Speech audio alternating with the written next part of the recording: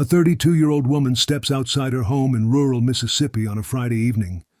She's scared of the dark, requires multiple life-saving medications daily, and has never walked alone through the woods before. She tells her family she's going to walk a mile and a half through a wooded trail to meet her father at work. She goes back inside one last time to turn off a pot of boiling water on the stove. That's the last time anyone sees Rebecca Reid alive. What happened next would baffle investigators for over 5 years, because Rebecca didn't just disappear. She vanished without a trace, leaving behind her glasses, her Bible, a precious necklace from her deceased mother, and most critically, the medications that kept her severe diabetes and asthma under control. Her disability checks remain untouched to this day. No body has ever been found. No concrete evidence discovered. Just a vulnerable woman who walked into the Mississippi woods and never came back. This is the story of Rebecca Reid, a case that has haunted the small community of Lumberton, Mississippi since January 24, 2020. A case where every lead turns cold, every witness account raises more questions, and where a family's desperate search for answers continues half a decade later. January 24, 2020 started like any other day for the Reid family on Leetown Road in Lumberton, Mississippi. Rebecca Reid lived with her father and sister Vada in a modest home surrounded by farmland and woods. At 32 years old, Rebecca had the mental capacity of a young teenager due to developmental disabilities, but she was beloved by everyone who knew her.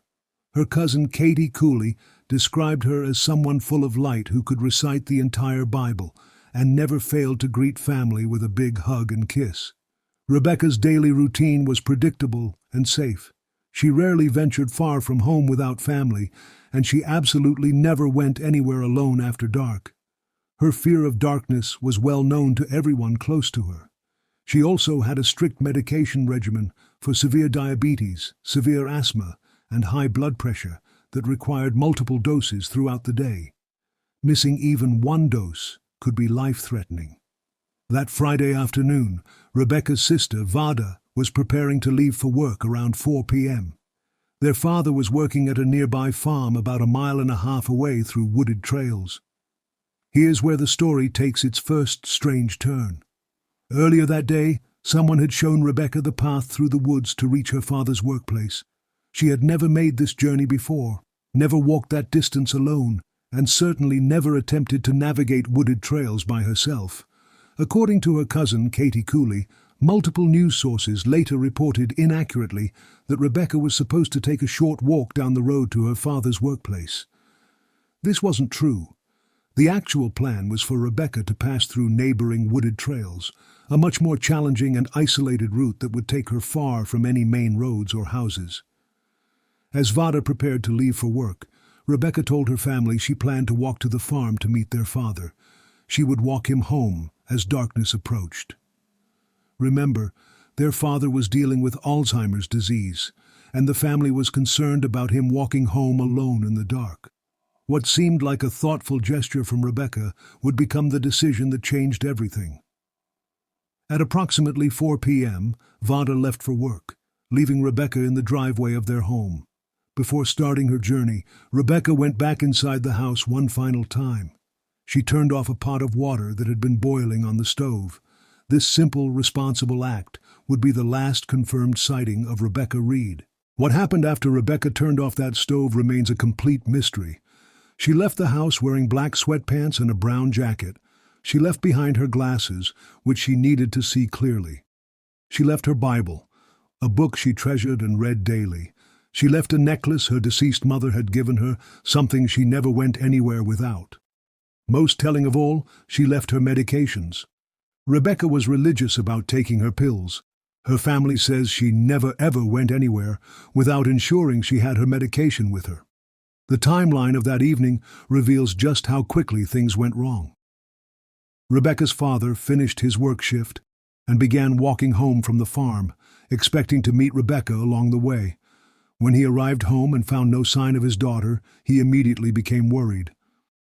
By this time, darkness had fallen over rural Mississippi. Remember, Rebecca was terrified of the dark. The idea of her voluntarily walking through woods in darkness was completely out of character. Her father called Vada at work. The panic in his voice was immediate. Rebecca wasn't home. She hadn't shown up at the farm. No one had seen her. Vada posted on Facebook, asking if anyone on Leetown Road had seen her sister. This Facebook post would become the first public alert about Rebecca's disappearance. But by then, precious hours had already passed. The family didn't wait for official help. Before law enforcement was even contacted, relatives and friends began organizing search efforts. Word spread quickly through the tight-knit rural community. People dropped everything to help look for Rebecca. They searched with flashlights, calling her name through the woods and fields surrounding Leetown Road. That first night of searching turned up nothing. No trace of Rebecca, no sign of where she might have gone. It was as if she had simply vanished into thin air somewhere between her family's driveway and the wooded trail leading to her father's workplace. By January 26th, the Mississippi Bureau of Investigation had taken over the case. They issued an official missing person report describing Rebecca as a white female, 5 feet 7 inches tall, weighing 325 pounds, with black and purple hair and brown eyes. The MBI noted that she suffered from medical conditions that could affect her judgment, and emphasized that she required daily medication that she didn't have with her. The early investigation focused heavily on the route Rebecca would have taken through the woods. Investigators mapped out the trail, interviewed everyone who lived along Leetown Road, and organized massive search efforts. What they discovered painted a troubling picture. The wooded area Rebecca would have traveled through covered over 1,500 acres of dense Mississippi forest. There were countless places where someone could become lost, injured, or worse. But here's what made investigators immediately suspicious. Rebecca had left behind everything important to her: her glasses, without which she could barely see; her Bible, which she read every single day; her mother's necklace, which held deep sentimental value; and most critically, her life-saving medications. The Rebecca Reid her family knew would never have left home without these items, especially not for a walk that would take her away from home as darkness fell. The search efforts were unprecedented for rural Pearl River County. Over 200 volunteers joined law enforcement in combing through the 1,500-acre wooded area. They used horses, ATVs, drones, and search dogs. Every inch of the suspected route was examined.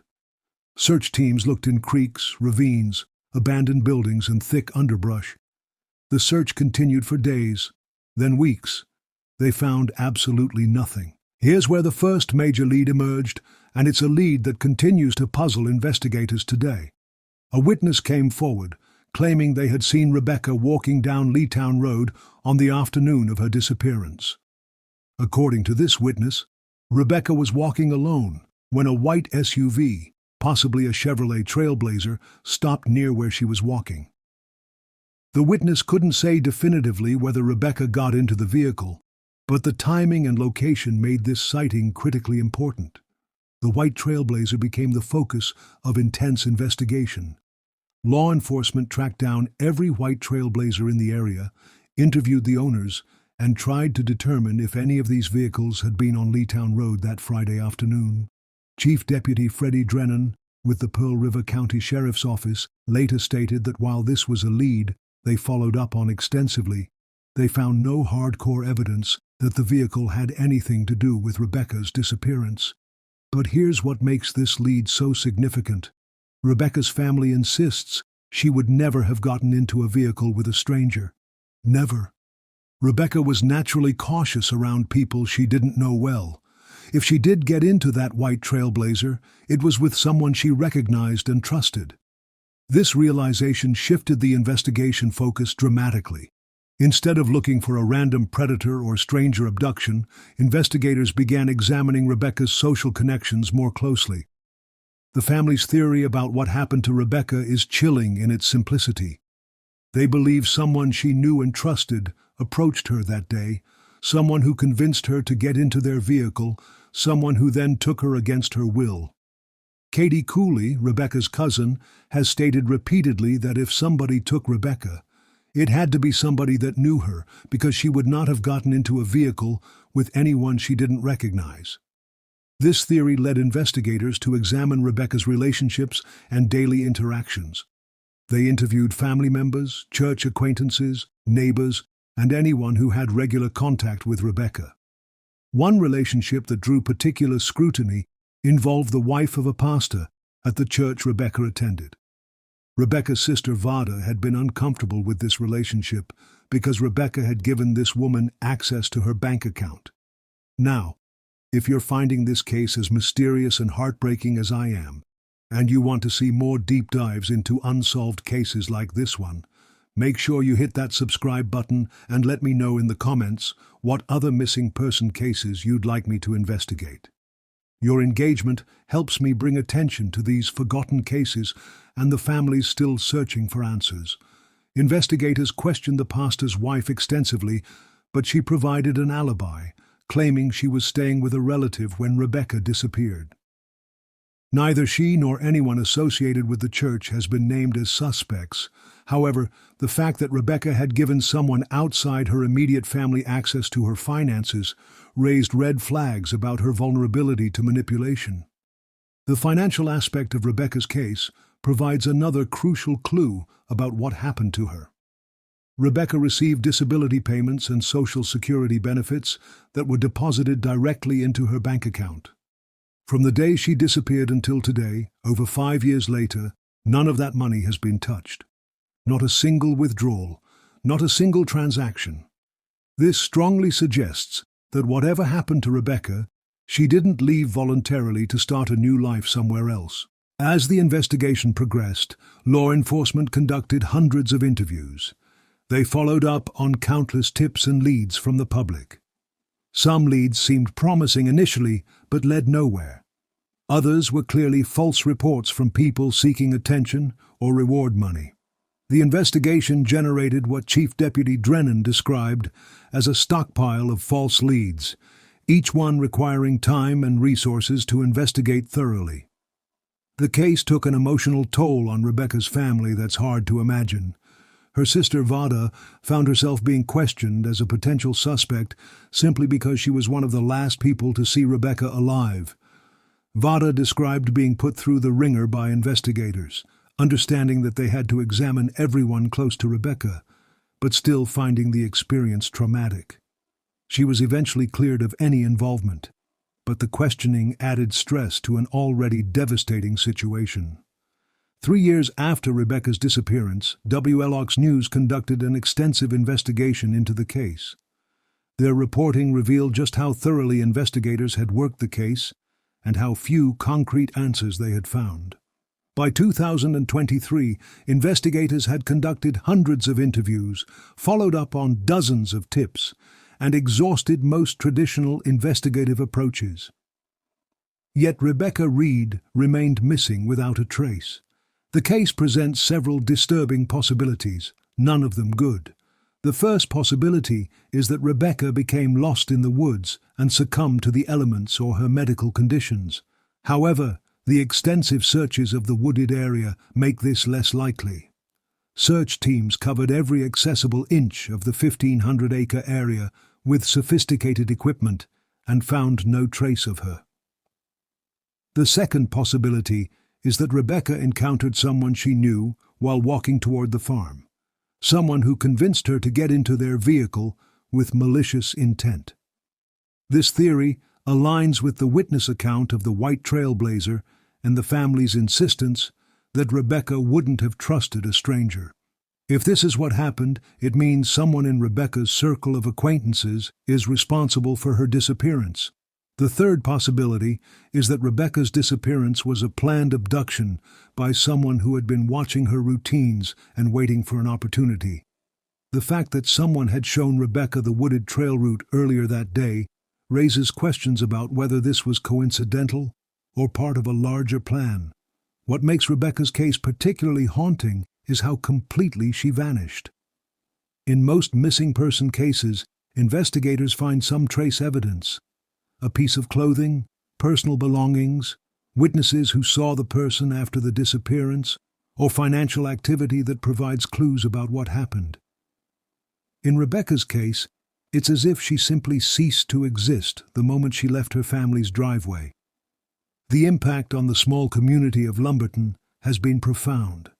As Rebecca's cousin Rhonda Cooley noted, something so big happening in the middle of nowhere makes you look at your neighbors differently. The idea that someone in their community might be responsible for Rebecca's disappearance has created an atmosphere of suspicion and fear that persists to this day. Rebecca's cousin Katie has never stopped searching. She has returned to those woods countless times over the past 5 years, walking every trail, checking every possible location where Rebecca might be found. She describes going through the woods and any place you can possibly go, just hoping to see some sign of her cousin. This dedication reflects the family's refusal to give up hope, even as the years pass without answers. The investigation remains active today. The Pearl River County Sheriff's Department continues to follow up on tips and leads, though they acknowledge that most new information turns out to be false or unhelpful. Mississippi Coast Crime Stoppers has offered a reward of up to $5,000 for information leading to those responsible for Rebecca's disappearance. The reward was increased through fundraising efforts by Rebecca's family, who raised additional money to match the original Crime Stoppers offer. As we approach the 6-year anniversary of Rebecca Reid's disappearance, her case represents everything tragic about unsolved missing person investigations. A vulnerable woman, beloved by her family, vanished without explanation. Despite extensive investigations, community support, and ongoing efforts by law enforcement, no one knows what happened to Rebecca or where she might be found. The case continues to generate occasional media attention, particularly around anniversaries of her disappearance. In February 2022, Mississippi Coast Crime Stoppers featured Rebecca's case on National Missing Persons Day, hoping renewed publicity might generate new leads. Local news outlets continue to report on the case periodically, keeping Rebecca's story in the public consciousness. For Rebecca's family, the lack of answers has been devastating, but hasn't diminished their determination to find the truth. They continue to believe that someone in their community knows what happened to Rebecca.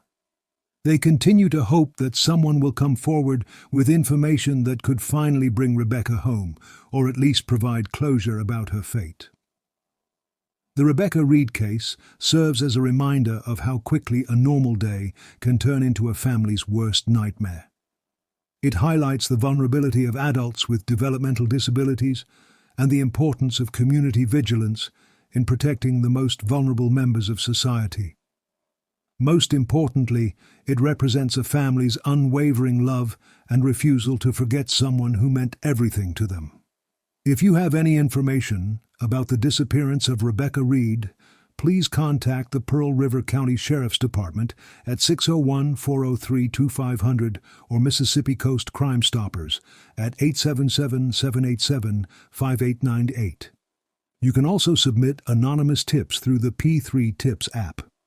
Rebecca's family deserves answers, and someone out there knows what happened on that January evening in 2020. This case reminds us that behind every missing person statistic is a real person with family members who love them and communities that are forever changed by their absence. Rebecca Reid was more than just another missing person. She was a daughter, a sister, a cousin, and a friend whose absence has left a permanent hole in the lives of those who knew her.